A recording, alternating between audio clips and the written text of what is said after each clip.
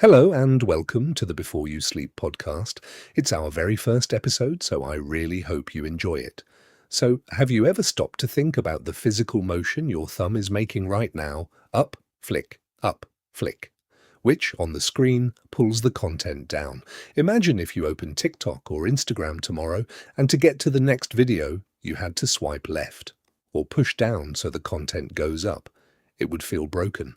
But why? Why has pulling new content from the bottom of the screen to the top become the universal language of the internet? It turns out you prefer scrolling down not just by chance, but because a massive convergence of user interface design, physical ergonomics, and sheer brain chemistry has trained you to. Today, we're breaking down the UI conventions, the thumb mechanics, and the psychological reinforcement that makes scrolling down the most effortless and addictive movement in the modern world. To understand why we scroll down, we first have to look at how our brains adapt to the world around us. Let's talk about design habits. Almost all major social platforms and feeds present new content below the current item. Over the last decade, our brains have deeply internalized a simple equation: down equals more. This isn't just a mild preference, it is textbook operant conditioning. Think about Ivan Pavlov and his dogs, or B.F. Skinner and his rats. You perform an action, in this case swiping your thumb to scroll down, and you get a reward. A brand new video, a funny meme, or an interesting post. Because every app uses this same directional flow, your brain automatically associates downward scrolling with satisfaction. It's deeply learned behavior. To change the direction now would be like trying to drive a car where the brake is on the right and the gas is on the left. It just feels wrong. But why did app designers choose down in the first place? A huge part of it comes down to basic biology, specifically your thumb. Let's talk about ergonomics. Phones have gotten massive over the years, and most of us still try to hold them with one hand. When you are holding a device with one hand, a downward flick with the thumb, curling it inward toward your palm, is the most natural, comfortable, and low-effort muscle movement you can make. Pushing your thumb up requires extending it away from the hand, which takes slightly more effort and destabilizes your grip on the phone.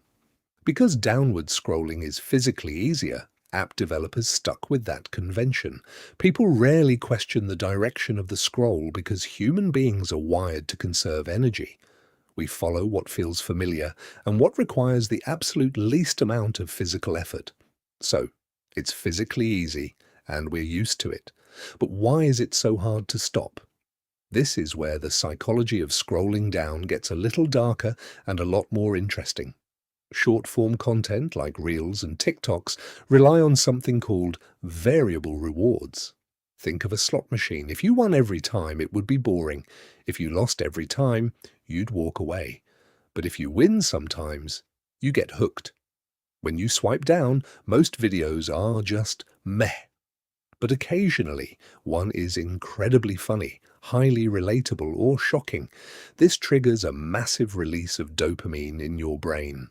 Over time, the physical action of swiping down becomes inextricably linked to the anticipation of that next good reel. Your brain almost automatically wants to keep swiping in the exact same direction that has historically provided those dopamine hits.